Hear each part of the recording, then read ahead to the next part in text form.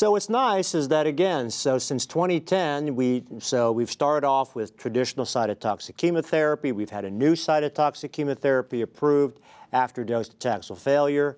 We've had immunotherapy with a completely different mechanism of action. We now have specific oral agents targeting the androgen pathway, whether it be on the production side or the receptor side. And again, all with a survival benefit. Now, most recently, in May of this year, we have yet another novel therapeutic agent.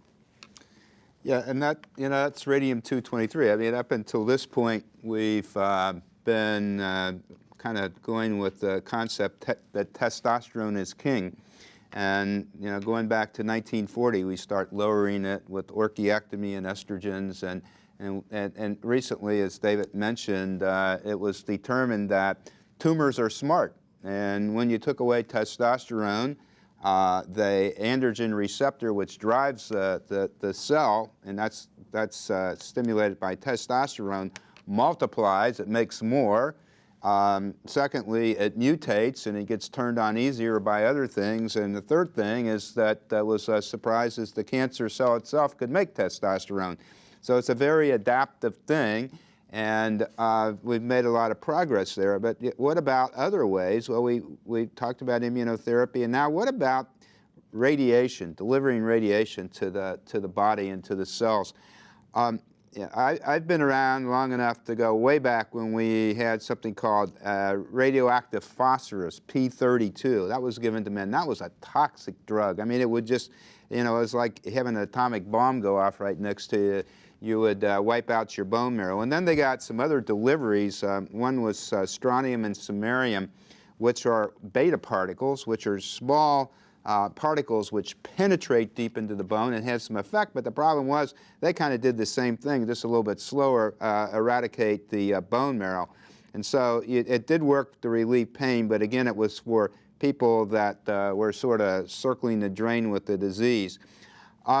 Recently, it was discovered that you could develop what's called alpha particles, which if a beta particle is the size of a BB and alpha particle is the size of a ping pong ball.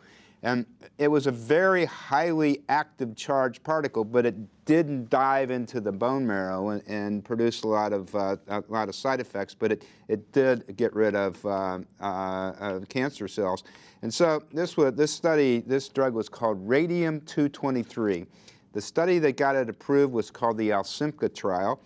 And what it did was, it was really unique. It took men that were either post-chemo or pre-chemo and didn't want chemo, and they were on their best therapies and showing some progression, and they added this drug. So you could continue to do what you wanted, but this was kind of an add-on. And we were all kind of surprised to see a survival benefit emerge here. And we saw a survival benefit in the light of basically not much in the way of any toxicity. So it's relatively easy to give. It's given once a month for 6 months, and it has benefits in the way of pain reduction, of improved survival rate, and of something called symptomatic skeletal events. And if you look at, and I think that managed care and third-party groups that are taking care of these patients need to recognize that, in fact, these skeletal events that occur cost money and their morbidity, and with hip fractures and bone and other things like that. So if you can control those and improve survival rate in patients and pain control, that's a real step. And that's what this ALSYMPCA trial did. It showed, again, 4 seems to be the magic number, but a 4+ survival benefit in men, totally unexpected with this drug. In addition, it cut down on symptomatic skeletal events, fractures, need for surgery, need for radiation, and things like that. So now we've got another arrow to put in our quiver to treat prostate cancer that's completely different and that you can build upon. And it's well tolerated.